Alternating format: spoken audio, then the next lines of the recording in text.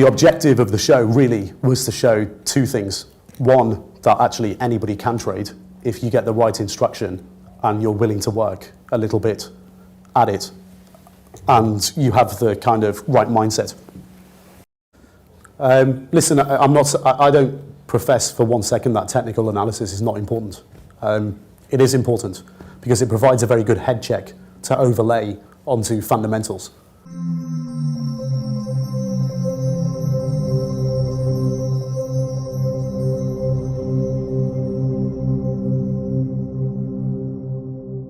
All right, so let's break down the first week of August.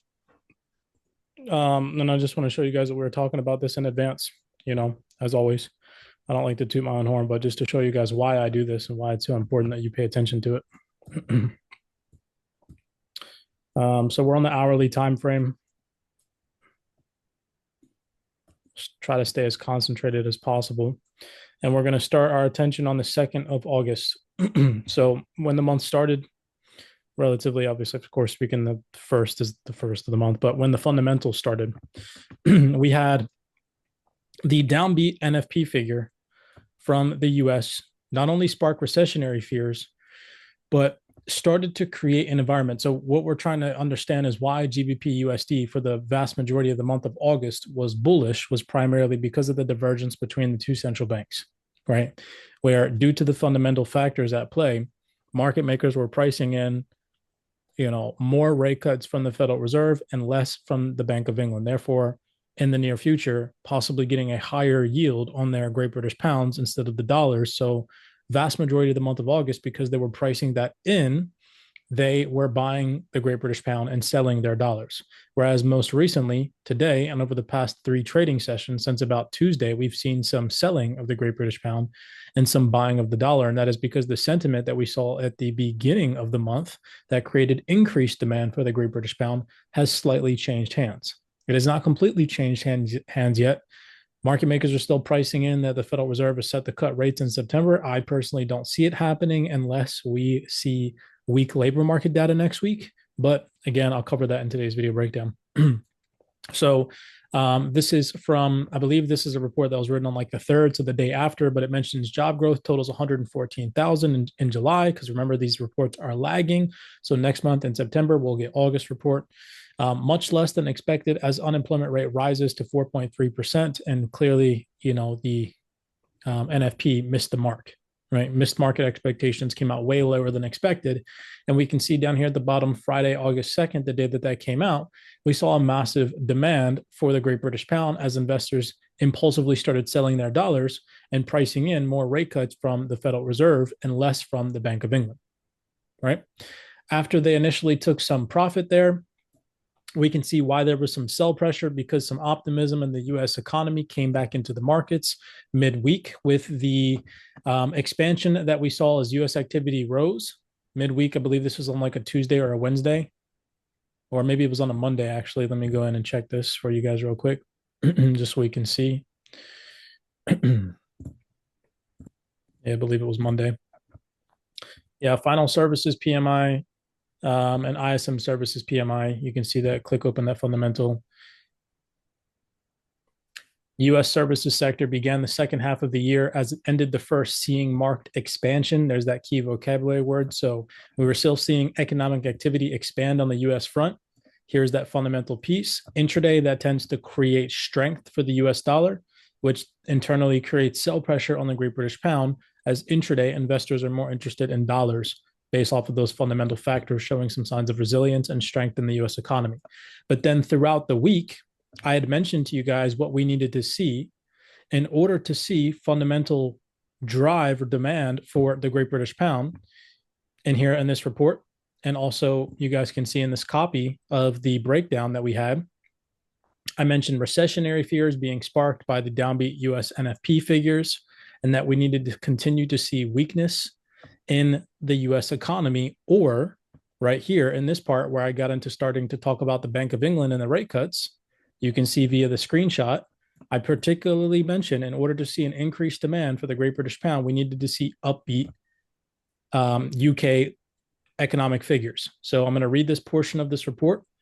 And I put this portion of the report out for you guys before these figures came out. As you can see in the screenshot, there is no data here, right? So that means that I put this screenshot out before the data came out. And I said, to see GBP USD hold above the key cycle level 1.265 to 1.27, which is where we were operating around, we need strong UK data this week. Today, the final services PMI from the S&P Global showed further expansion in business activity across the UK services sector, with growth slightly accelerating this June.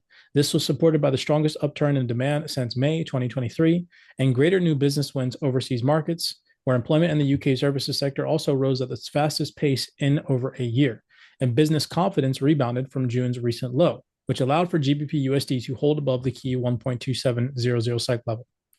I also said, looking ahead, today's retail sales, monitor year over year, and tomorrow's construction PMI will be crucial for GBP USD to recover some losses from last week when the market priced in rate cuts from the Bank of England due to some dwindling economic activity. We need to see this data come out positive. And you can see there's a screenshot of the retail sales and the construction PMI, right? And I said, bullish scenario, GBP holds above the 1.265 to the 1.27 and starts to head towards the 1.28 plus, which is where we currently sit now. And I mentioned strong economic activity, and sure enough, the day after, you can see here's the economic report that came out Monday the 5th, Tuesday, and then Wednesday. So Tuesday session rolling into Wednesday is when this construction PMI figure came out. And look at what happened. It came out relatively upbeat. You can see the forecasted reading was at a 52.2, above the 50 grade threshold. The forecast was at 52.5, and then the actual reading came out at 55.3. So my prediction had come into fruition, or at least my analysis had come into fruition, where I mentioned that in order to see some strength in the Great British Pound, we needed to see an uptick in economic activity and strength in the UK economy, which we got. Okay. Sure enough, we saw some consolidation. Why was this consolidation prevalent here? Because the market makers were starting to balance different economic perspectives and decide where they were going to get the most bang for their buck. Throughout the entirety of the week, we saw more demand for the Great British Pound as investors started to price in less interest rate cuts from the Bank of England and more from the Fed. So that was the first week. All right. First week of August.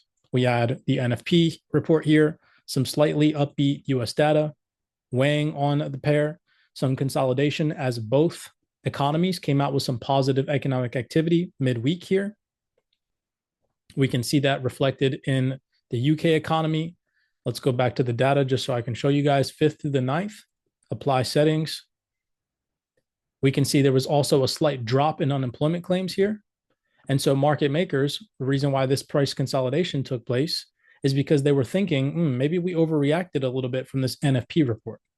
But then boom, the UK came out with some strong economic data, which created way more demand for the Great British Pound over the dollar, as investors were extremely uncertain due to the downbeat NFP report at the beginning of the month. Okay, so first week done, boom, out of the way. So now we know moving forward this upcoming week, what's one of the first major economic reports that we're going to get in September? It's going to be that NFP report, that unemployment claims, which we can clearly see in previous fundamental releases. When it's come out bad for the US economy, it's created more demand for the Great British Pound. Now, that's not to guarantee that this next coming week, if we see a bad NFP report, we're going to see GBP USD do one of these numbers and just go flip bullish. No, but we can assume after market volume and volatility calms down, we could possibly look for some retest buys or some breakout buys to trade in the direction of the fundamentals. Inversely, if the data comes out supporting US economic strength and showing robustness of the US labor market, we can assume that it's going to drive more strength for the dollar and less for the Great British Pound. And we can start to look for break of market structures, retests, and further continuations to the downside as the dollar would gain strength against the Great British Pound. So looking back at historical fundamental data and understanding why price action did what it did gives us a context to set up scenarios that could unfold in the future. So that way, when the data comes out, we know the most logical, setup to look for, right? if that makes sense. So first week out of the way, let's just go mute again. I'm going to turn my music back on. We'll get rid of these fundamentals, and then we'll start to look at the next week, which will take us from Monday the 12th. So this was the weekly low here. And it'll take us into Friday the 16th, putting us at a weekly high. So then we'll cover, so we covered the first week of August. We'll cover this. We'll just highlight this real quick. So from the second, well, actually, that was a Friday, collectively speaking, but from the second, Friday to Friday, done. Okay. Now we're going to do another Monday to Friday. Break all this price action down. What happened? What were the fundamentals Monday through Friday? What created more demand for the Great British Pound? And continue to track price action all the way up to this week so we know where we're at. All right. I'll talk to you guys in a second. All right. So we won't tap in anymore. We'll just use what we got. All right. So first week of August, we just went over. There were some recessionary fears in the US with the horrible NFP figure that came out on the 2nd of August. We had some mixed data on the US front where some figures were showing signs of economic expansion, some still showing signs of contraction. But then during this consolidation period, we saw some upbeat economic data from the UK front, which drove more demand for the Great British Pound as investors still hugged on to that bad NFP report from the end of the first week of August. And that drove more demand for the Great British Pound as we rolled into this week, right? Then this is really interesting because, again, we saw mixed fundamentals from the US front. At the same time, some really good fundamentals one-sided from the UK front.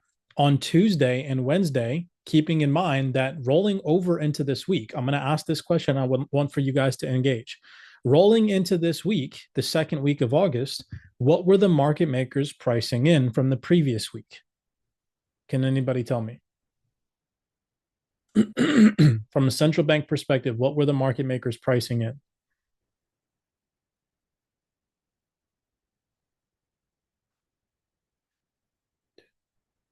All right, I gave you guys some seconds to answer. Okay, go ahead, Javon. Go ahead. Was it the Fed indicating that they may be cutting rates in September? Yeah, so exactly, right? The market makers started pricing in more rate cuts from the Federal Reserve due to the downbeat NFP figures and less from the Bank of England. So that was already the perspective rolling into this week that we're breaking down now.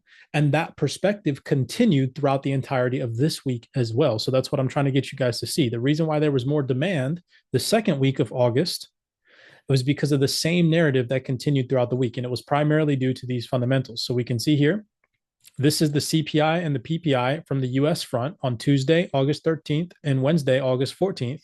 We came out lower. So you can see here, the PPI came out relatively lower from previous readings, about a point percentage decrease. Well, actually 0.3, the PPI, and a point percentage on the PPI month over month. And then slightly lower CPI year over year from previous readings of 3% down to 2.9%. This signals relatively lower inflation. We can still see some figures in the core CPI month over month came out elevated compared to previous readings, but overall, this inflation reading this week from the US front showed signs and continuations of disinflationary trends, which signals to the markets that the Fed could be in a position to possibly cut rates, right? Whereas inversely, on the UK front, we actually saw higher inflation. You can see here's the UK's CPI report. So if on the US front, lower inflation is coming out, and on the UK front, higher inflation is still prevailing, that means, again, market makers are going to price in less rate cuts from the Bank of England and more from the Fed, which drives more demand for the Great British Pound because investors are going to get, again, future projection. They're projecting that they're going to get a higher yield on their Great British Pound as the Bank of England is not perceived to cut rates as fast as the Fed. Does that make sense? So here you can see in the CPI readings, the previous reading was at 2.0. The projection was at 2.3, but the actual came out, albeit, yes, slightly below the forecast, but still elevated from previous readings. So this is what's important. You can see that inflation year over year on the UK front actually increased 0.2%. And you can see here on the US front, it's slightly decreased. So this drove midweek, Tuesday, Wednesday, more demand for the Great British Pound and less demand for the dollar, right? Then that sentiment continued. That sentiment continued because same thing here. Let's just zoom into this fundamental piece. This is really where it gets interesting, and you really got to pay attention because, yes, both the US and the UK came out with some slightly upbeat unemployment and labor market data midweek, where we can see here covering the US front first. We had core retail sales come out slightly elevated from market forecasts, about a 0.1% down from previous readings. We had retail sales come out above previous readings at 1.0%, so above negative territory. And then you can also see unemployment claims came out lower than previous readings, signaling some strength and resilience in the US unemployment. However, the Philly Fed Manufacturing Index came out absolutely horrible. Previous reading was at 13.9, 13 points above zero. And you can see this time it came out in the negative territory, -7 points below zero, which shows signs of economic contraction in the Philly Fed Manufacturing Index. That being said, the market was still fearful due to the downbeat NFP figure from the previous week. So, because at the same time, we're seeing mixed figures and uncertainty on the US economy, lower inflation readings from the beginning of the week on Tuesday and Wednesday. Couple that with, at the same exact time, on the UK front, we're seeing unemployment rate falling. This signals strength and resiliency in the UK economy. We're 2 for 2 for the UK for strength in the Great British Pound. We got lower inflation, right, which tends to promote less of rate cuts from the Bank of England. And we also are seeing strong economic activity on the UK front in the form of labor market data. Whereas vice versa, inversely, on the US front, inflation is slightly declining. And we're still seeing fear, uncertainty, and doubt due to some dwindling economic activity or contraction in Philly Fed Manufacturing Index figures at a -7%, 7 tally right there, right? You see what I'm talking about? So what does that do? You can see on the days that I have connected to all of these market movements, here was Tuesday, Wednesday. You can see that created more demand for the Great British Pound. Here on Thursday, same thing, mixed US data, still creating uncertainty about the US economy, while at the same time, we're still seeing strong activity in the UK economy via healthy labor market figures, where the unemployment rate dropped from 4.4% down to 4.2%. That's a 0.2% decrease, right? We can see that created way more demand for the Great British Pound. So second week of August, market makers were still pricing in more rate cuts from the Federal Reserve and less from the Bank of England due to the economic activity from each jurisdiction, as just explained. And we were talking about this. We covered this throughout the entirety of the week. Starting all the way back from this week, I mentioned we needed to see strong, upbeat UK economic activity to even continue to see demand for the Great British Pound. We continued to do that, rolling into the third week now of August. All right. Hopefully the way that I'm explaining this for you guys is getting you all to easily understand and see visually where the fundamentals are coming out. I know that I'm kind of going through this fast, but I just wanted to show you the process that I go through at the end of every single month as a day trader and as an individual who's addicted to learning about these markets consistently and why they move, what process I go through on the 30th or the 31st of every month as I prepare for the next month's worth of data. So that way I know, again, keeping in mind that the same data that came out at the beginning of the month in August is about to be the same data next week that we're going to get. And it prepares you on how to react. So let's move over to this week now. We're on the Monday, the 19th through Friday, the 23rd. This week was relatively flat for the UK front, if I'm not mistaken. This is last week. Yeah, so all we had last week was some upbeat UK PMI figures Thursday. And then on the US front, we had the Jackson Hole Symposium, and we had the PMI figures come out mixed from the US front. And another thing I want you guys to really understand is remember that these sentiments from, or again, that are generated from market participants, the only thing that will change them is a shift in the dynamics of fundamentals. That's why fundamentals are important, because until that shift in order flow happens amongst the perspectives, keeping in mind that these markets move in terms of emotions. If the emotion is greedy for one asset, or again, these assets are going to get more yield for these financial institutions to have their assets in Great British Pound, then they're going to continue to buy the GBP until that sentiment shifts. And for the first time, you'll notice once I cover this week's fundamental digest, that for the first time, that has shifted hands this week. So here's our two fundamentals from this week that we're on now. We're on the 16th to the 23rd.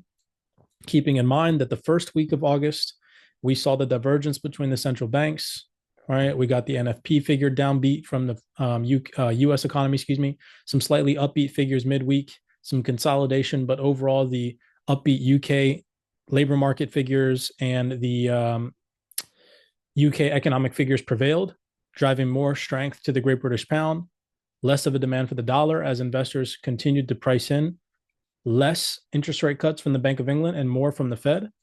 That same sentiment continued this week, where we had, again, the CPI figures come out slightly lower from the US front, along with the PPI figures showing signs of disinflation.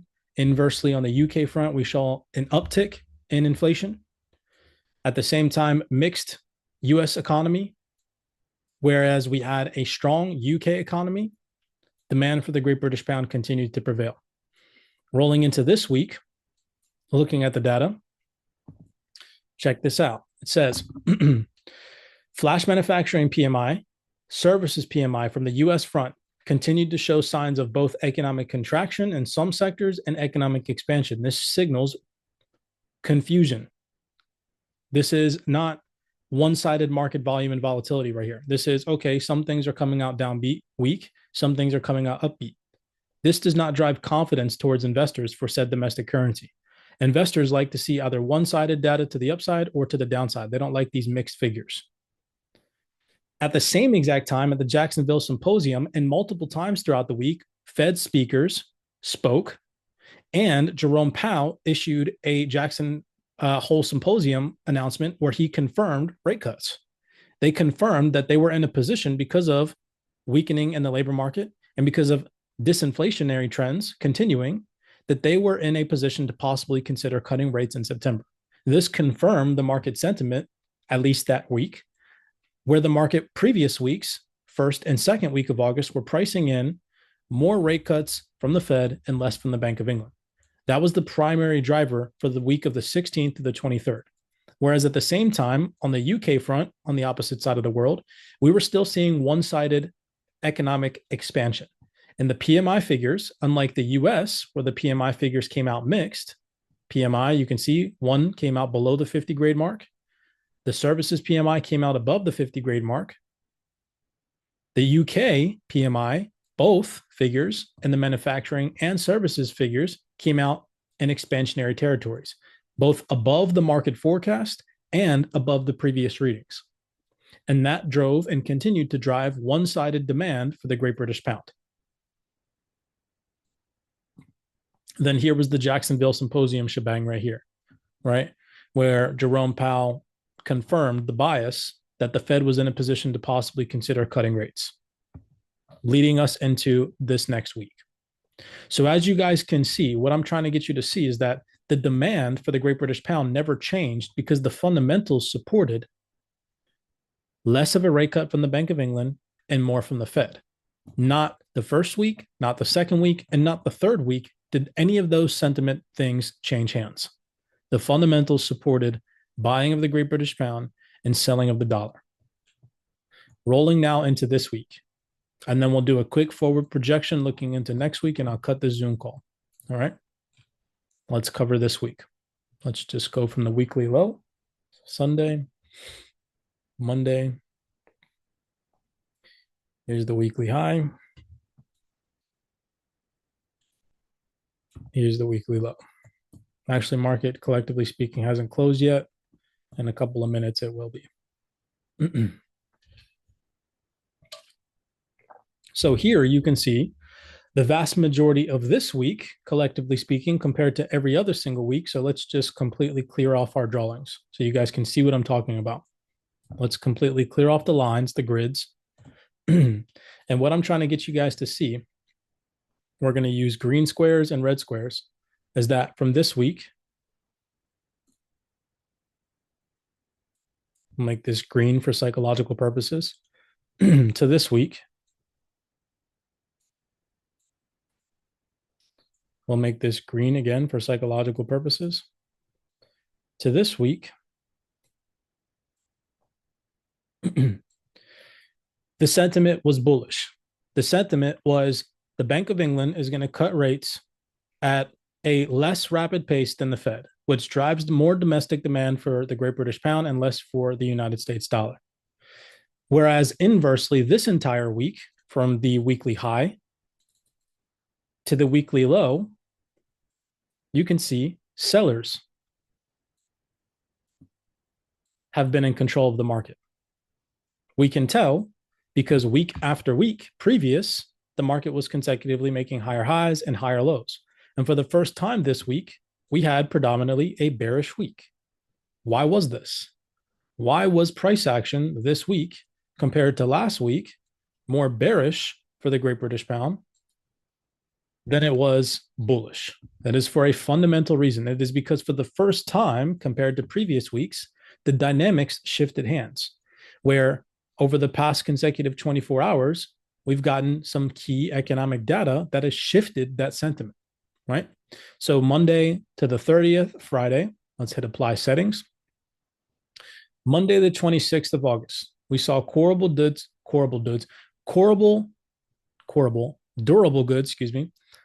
orders come out.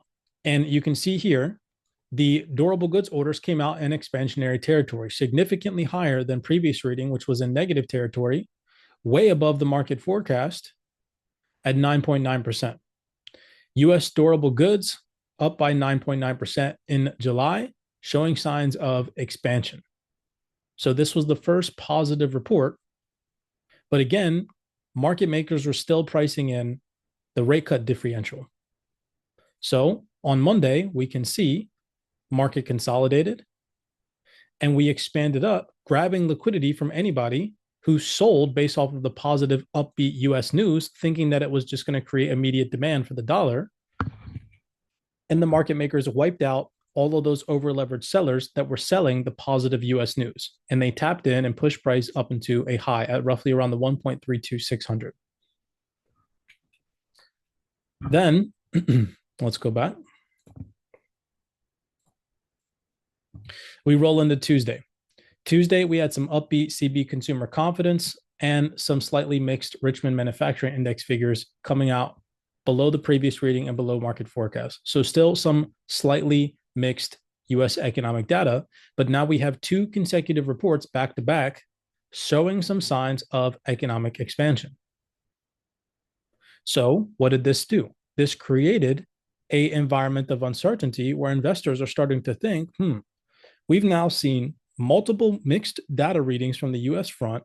Maybe we got too ahead of ourselves thinking that the Fed is going to cut 50 basis points in September compared to maybe 25 basis points in September. Because remember, in previous weeks, especially during the Jacksonville Symposium last week, when we saw this massive bullish expansion, not only just in GBP USD, but in other risk assets too, like crypto, right?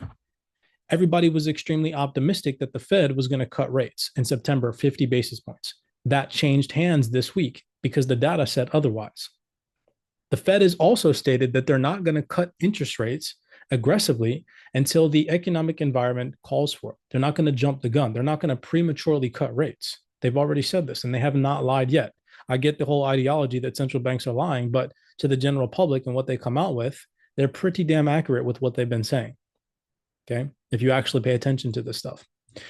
So then we had the Thursday GDP report, which came out relatively robust. You can see here, GDP quarter over quarter came out 2.8% previous, 3.0% actual, showing signs of economic expansion. Same thing with the prelim GDP price index quarter over quarter, also showed some signs of economic expansion from previous readings.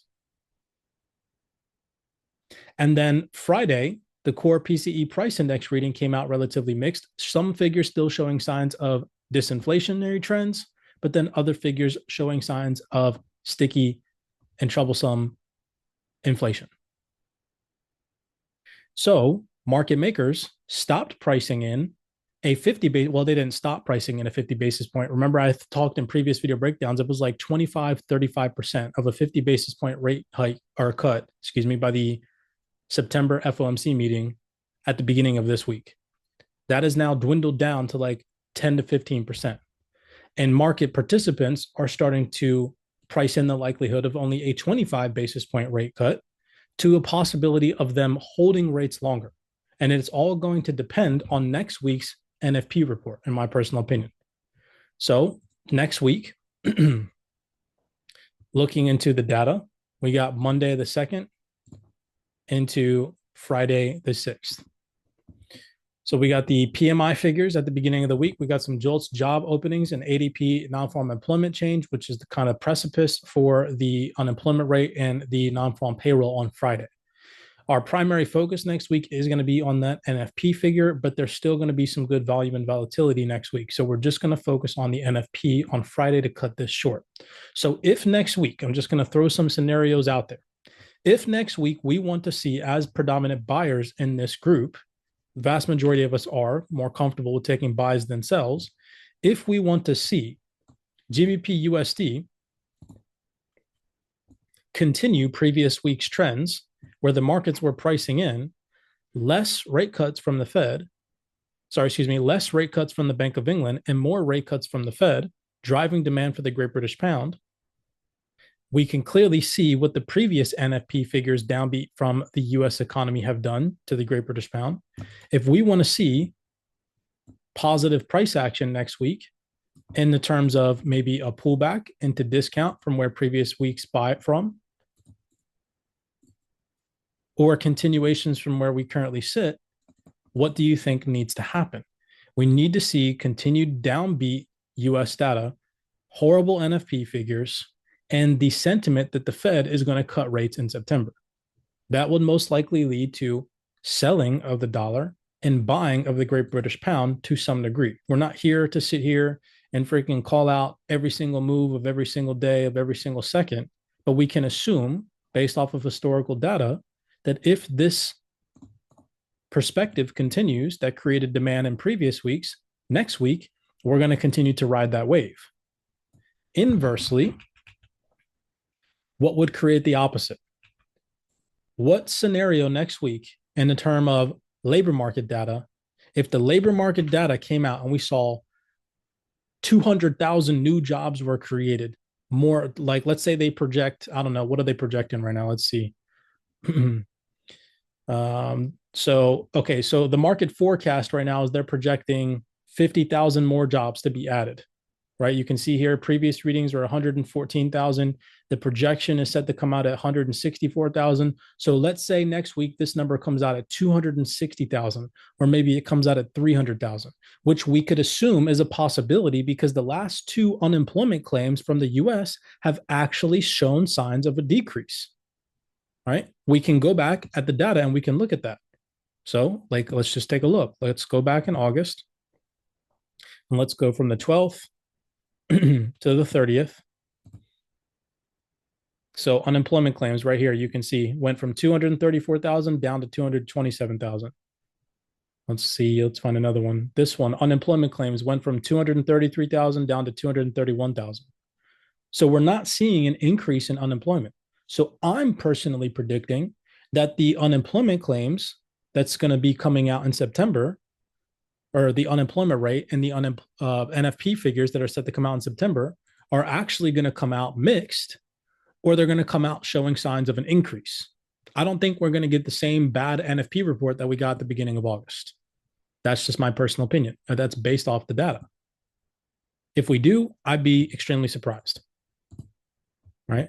So I actually think we're going to beat market expectations next week. And I think we'll probably come out, maybe nothing too significant, maybe like 165, maybe 170. But I think we're at least at a minimum going to come out above previous readings. I can almost 110% say right now that based off the past two previous unemployment claims, we're not going to see a figure worse than 114,000. Highly doubt it. So what does that mean? If we see an improved unemployment figure tomorrow or next week, excuse me, we see upbeat jobs data from the US front, market makers are going to start to price in the possibility of the Fed holding rates higher for longer in September and not cutting them. Because the Federal Reserve, this isn't coming from me, the Federal Reserve has said that in order for them to cut rates, they need to continue to see cooling in the labor market. And if the cooling stops and the labor market instead flips hot and we start seeing an improvement in the labor market, they're not going to cut rates. It's that simple. It's not hard. It's not rocket science. They're not just going to force a rate cut. They're only going to cut rates if the economy needs it, if the economy calls for it. So next week, if we see unemployment claims come out relatively robust, give or take some premium positions and some profit taking on these most recent sells, we'll probably see price come up into a high or into a premium, fail to break higher. Come Friday, we'll see the upbeat NFP figure and we'll start to see continued sell pressure on the Great British Pound, as we'll see most likely more demand for dollars. So the first scenario was bad NFP figures next week. I'm completely wrong. And jobs data next week misses the mark. It comes out horrible, way worse than it did down here at the beginning of August. And we're most likely going to see less demand for the dollar and continued demand for the Great British Pound. I highly doubt that. I mean, I'm not saying that this scenario couldn't unfold in some other way, but I highly doubt that next week the NFP figure is going to come out as bad as it did all the way down here in August. Doubt it. But that's what would need to happen in order to see this increased demand or some type of economic, contraction on the US front. Maybe the whole slew of economic data throughout the entirety of the week next week just comes out horrible. And maybe that's what drives demand for the Great British Pound and not the dollar. But again, I think that next week we'll probably just see a whole bunch of mixed bullshit. Right? Weighing on the rate cut expectations. I personally think in risk assets across the board, markets have got way too ahead of themselves pricing in rate cuts. They think that the Fed is going to cut rates 50 basis points in September. No, the Fed's not stupid, right? They're not stupid. They're not just going to do that without supporting fundamental factors. And right now, the fundamentals are clear as day, not supporting at least a 50 basis point rate cut. 25 still on the table, but not if that NFP report next week comes out robust. Only do I see a rate cut happening in September if the NFP report next week comes out relatively mixed or downbeat. If it doesn't, I think it's going to catch the market off guard, and at the next FOMC meeting, the Fed's going to be like, nah, we're holding rates again. Surprise. Everybody thought we were going to cut, but we're just going to hold them again. And they're going to say the same shit that they've been saying all year. We're going to remain data dependent. We're only going to cut if we see cooling in the labor market at the same exact time we see disinflation. All right. So that's my projection. Overall breakdown, why the first week of August was bullish, second week, third week was bullish, and then this past week was a pullback on GBP USD. So hopefully you guys, that made sense because I can't hear myself talk. It made perfect sense. So, the reason why I break this stuff down for you guys is so that way moving forward, and I mean, you just play around with the charts a little bit, fall in love with them, put some triangles. This is a fucking art form, So we know, you're just using the colors, what type of price action is going to fill these boxes and what fundamentals now are going to drive that type of price action movement. We know that we'll probably see a further decline correcting more of this previous bullish move if we get what? Upbeat NFP figures. We know that throughout the week, if we see upbeat US data, stronger demand for dollar, more pushback on rate cuts, it'll probably lead to some type of intraday sell formation on GBP USD. And inversely, if we get the opposite, we get bad US data, we get more expectations that the Fed are going to cut rates in September, and we see horrible NFP figures, we're going to get that inverse scenario, and we're going to see this turn into an accumulation schematic and break higher. And so now you know how to react. The only thing that's left for do now that you know this stuff, left for you to do now that you know this information, is for you to control your emotions, manage risk, not jump into trades, not jump into trades before the news comes out, wait for the news to come out, and then react to it.